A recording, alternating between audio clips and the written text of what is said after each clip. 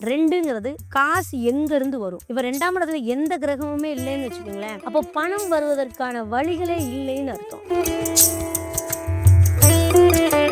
அங்க ஒரு கிரகம் இருந்து தசாபுத்தி நடத்தும் பொழுது, அப்ப சொத்துக்கள் ரீதியான பணம் உங்களுக்கு கிடைக்கும். பூர்வீகம் சம்பந்தமான வாரிசு அடிப்படையில வர்ற வேலையெல்லாம் உங்களுக்கு கிடைக்கும் அப்படிங்கிற விஷயத்த 5ஆம் பாவத்தை பத்தி சொல்லுவாங்க.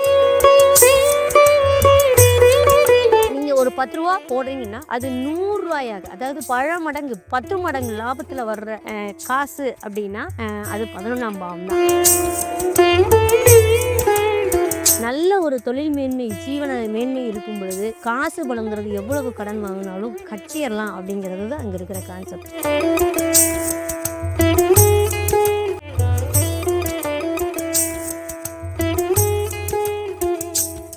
அனைவருக்கும் வணக்கம். ஆஸ்க் அஸ்ட்ரோ டிவி நேயர்கள் அனைவருக்கும் கரூர் அஸ்ட்ரோ மணிமேகலையின் அன்பான வணக்கம். இப்போ இந்த பதிவு பார்த்தீங்கன்னா, காசு பணம், பொருளாதாரம், பெரும் பணம், பெருநிதி அப்படிங்கிற ஒரு விஷயத்த கால்குலேஷன் பண்றது எல்லாரும் ஈஸியா சம்பாதிக்கிறாங்க. எல்லாரும் பொருளாதாரத்தை ஈஸியா சேர்த்துறாங்க. திடீர்னு பொருளாதாரத்துல மேன்மை அடையறாங்க. ஆனா, எனக்கு மட்டும் வாழ்க்கை இப்படியே இருக்கு அப்படின்னு பல ஜாதகங்கள் இன்றைய இளைய தலைமுறையில வந்து பார்த்தீங்கன்னா, பல பேர் வந்து நான் பிசினஸ் பண்றேன். நானும் அந்த பிசினஸ் தான் பண்றேன். நேத்து வந்தவன் பிசினஸ் பண்றான், நல்லா சம்பாரிக்கிறான். அப்படின்ற ஒரு நிறைய ஏக்கங்கள என்னுடைய 20 வருட அனுபவத்துல நான் கேட்டிருக்கேன். அதுக்கு ரெமெடியும் இருக்கு. என்னன்னு பார்த்தீங்கன்னா, பணம், காசு பணம் அப்படிங்கிற ஒரு விஷயம் பார்த்தீங்கன்னா, எந்த ஒரு லக்னமாக இருந்தாலும் 2ஆம் பாவம்ங்கிறது தனம் வரக்கூடிய வழிய சொல்லக்கூடிய அமைப்பு. 2ங்கிறது காசு எங்கேருந்து வரும்? இப்ப 2ஆம் இடத்துல எந்த கிரகமுமே இல்லைன்னு வச்சுக்கோங்களேன். அப்போ பணம் வருவதற்கான வழிகளே இல்லைன்னு அர்த்தம். ஆனா 2ஆம் இடத்தை ஏதாவது ஒரு கிரகங்கள் பார்க்கும் பொழுது, அந்த காரக ரீதியாகவோ, உறவு ரீதியாகவோ உங்களுக்கு தனஸ்தானம் கிடைக்கும்னு அர்த்தம். முதல்ல அத பார்க்க தெரிஞ்சுக்கணும். அதன் அடிப்படையில நம்ம பயணிக்கணும். இப்ப 2ஆம் அதிபதி போய் 6, 8, 12ல மறையுது, நீசமாயிடுச்சு, அஸ்தங்கமாயிடுச்சு அப்படின்னா, நம்ம பொருளாதாரம் நம்ம சம்பாரிச்சு, நம்ம கற்ற கல்வியால பணம் வருங்கிறதுல வாய்ப்பே இல்ல. அப்போ அடுத்து அந்த 2ஆம் இடத்த பார்க்குற கிரகத்த தான் எடுக்கணும். இப்ப இது வந்து என்னன்னா, பணம் வர்ற வழிதானோ தவிர, அது பணத்த நிறைவு செய்யறதுக்கான வழி இல்ல. அப்போ அடுத்த கான்செப்ட் எடுக்கும் பொழுது வந்து 5 அப்படிங்கிறது உங்களுடைய பூர்வ புண்ணியம், நிரந்தரமான அரசாங்கம் சம்பந்தமான உங்களுடைய பரம்பரை தொழில் ரீதியாக, உங்கள் சொத்து பத்து ரீதியாக உங்களுக்கு உரிமையோடு கிடைக்கக்கூடிய அனைத்து சொத்துக்களுக்கும் வரக்கூடிய பணம் தான் 5ஆம் இடத்தின் மூலியமா வரக்கூடிய பணம். அது அங்கீகாரத்தின் மூலியமா வரக்கூடியதுமோ. இப்ப நம்ம பூர்வீக சொத்த விக்கிறாங்க அப்படின்னா, நம்ம கேஸ் போட்டு கூட வாங்கலாம். அந்த அளவுக்கு நமக்கு உரிமை இருக்கு இல்லையா? அந்த மாதிரி உரிமையாக 1ஆம் தேதி ஆனா பணம் வரலையேன்னு கேட்கறது, வாடகை வருமானம் இதெல்லாமே பார்த்தீங்கன்னா 5ஆம் இடத்தினுடைய கான்செப்ட்.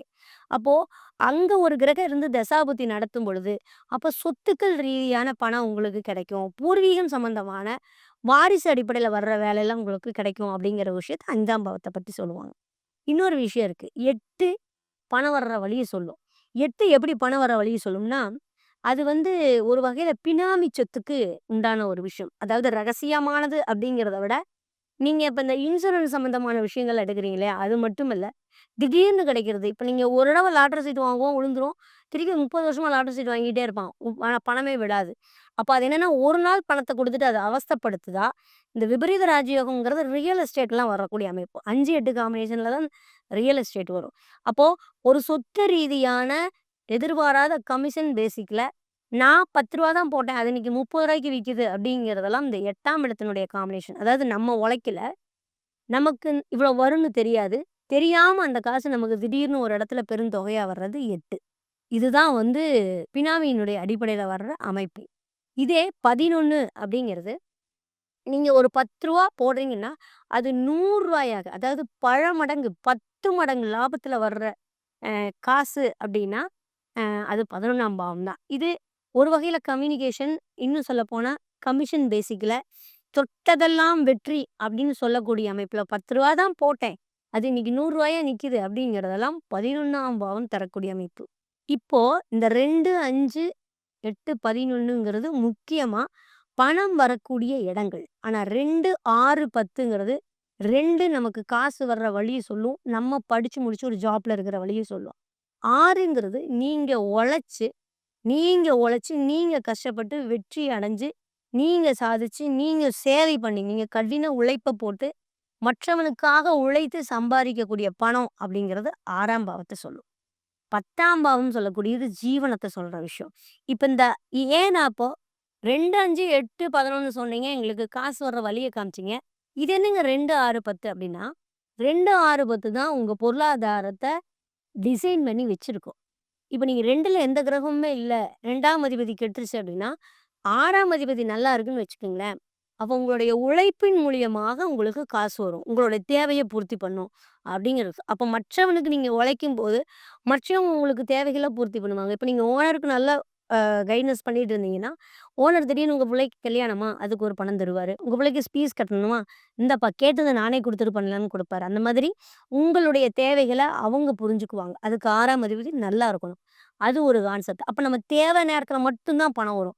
எதுக்கு? 2ஆம் இடம் கெட்டு போயிருந்தா. சரி இது ஒரு பக்கம்.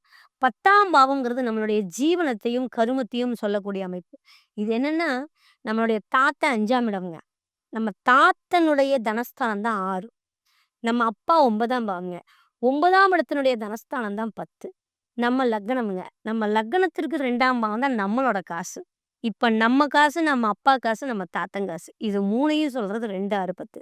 அப்ப நமக்கு தனஸ்தானம் சரியில்லாத போது, 6ஆம் பாவம் உழைத்து மற்றவர்கள் அந்த ஸ்தானத்தை ஃபில் அப் பண்ணக்கூடிய அமைப்பு தான் 6. 10 ஜீவனம்ங்கிற ஒரு விஷயம் பார்த்தீங்கன்னா, நம்மளுடைய தந்தையினுடைய குடுப்பன அப்படிங்கிறது தான் அங்க இருக்கிறது. இப்ப 10 ஜீவனம்ங்கிறது, நீ தொழில் செஞ்சு அதுல வரக்கூடிய வருமானத்த வச்சு நீ டெவலப் ஆவியா? நீ என்ன மாதிரி ஜீவனம் பண்ணுவ? அதாவது மத்தவங்களுடைய மத்தவங்களுக்கு கிடைக்கக்கூடிய அ ஜீவனத்த புடுங்கி நம்ம புள்ளைகளுக்கு சேர்த்துறோமா? இல்ல மத்தவன் சோத்துல மணலி போட்டுட்டு நம்ம சம்பாரிக்கிறோமா? இல்ல 10 பேத்த வாழ வச்சு நம்மளும் வாழ்றோமா? இல்ல 10 பேர்த்துக்கு வேலைய குடுத்து, அந்த வேலை ரீதியாக நீ ஒரு லாபத்த பார்க்குறியான்னு சொல்றது எல்லாமே 10ஆம் பாவம். அப்ப அந்த 2, 6, 10 எதன் மூலியமாக நீ இந்த ஜென்மத்தில் ஜீவனத்தை கருமாவாகச் செய்கிறாய் அப்படிங்கிறத சொல்றது தான் 2, 6, 10. நம்ம அப்பா, நம்ம தாத்தன். அப்போ விபரீத ராஜயோகம்ங்கிறது பணம் எந்த வழியில வருங்கிறது. 2, 6, 10 அந்த காசினுடைய குடுப்பினை என்ன அப்படின்னு சொல்றது 2, 6, 10. இப்ப கடன் அப்படின்னா எல்லா ஸ்தானத்துக்குமே பார்த்தீங்கன்னா, 5, 6 தொடர்புங்கிறது எவ்வளோ கடன் வாங்குனாலும் கட்டிறலாம் அப்படிங்கிற ஒரு விஷயம் முக்கியமான விஷயம் இருக்கும். அதனால தான் காலபுருஷ தத்துவத்துல 6ஆம் இடத்துல 5ஆம் அதிபதியோட நட்சத்திரம் உத்திரத்த குடுத்துருக்காங்க. அப்படிங்கும்போது, நீங்க ஒரு நேர்மையான முறையில உழைச்சு சம்பாரிக்கிறதுக்கோ, ஒரு சர்வீஸ்ல நீங்க ஏதாவது ஒரு ஜாப்ல கவர்மெண்ட் ஜாப்ல இருக்கீங்க, ஒரு நல்ல உத்தியோகத்துல இருக்கிறீங்கன்னா, முதல்ல என்ன பண்ணுவோம் தெரியுமா? லோன் வாங்குமா, இஎம்ஐ போடுமா. ஏன் சொல்றாங்க அப்படின்னா, நீங்க உங்கள நம்பி கடன் குடுக்க ரெடியா இருப்பாங்க. அப்போ ஏன் அப்படின்னா, அந்த 5ஆம் அதிபதியோட நட்சத்திரம் 6ல இருக்கிறதுனால தான். வேற எதுனாலயும் இல்ல. அப்போ நல்ல ஒரு தொழில் மேன்மை, ஜீவன மேன்மை இருக்கும் பொழுது, காசு பணம்ங்கிறது எவ்வளவு கடன் வாங்குனாலும் கட்டிறலாம் அப்படிங்கிறது தான் அங்க இருக்கிற கான்செப்ட். இந்த கடன் பிரச்சனைக்குன்னே ஒரு சப்ஜெக்ட் இருக்குதுங்க. கடன் எப்படியெல்லாம் வரும்? எப்படியெல்லாம் அத கட்டுறதுக்கான அமைப்பு இருக்கும்? அப்படிங்கிற ஒரு விஷயம் காலவர்ஷ தத்துவமே ஒரு கோட்பாடு வச்சிருக்கு.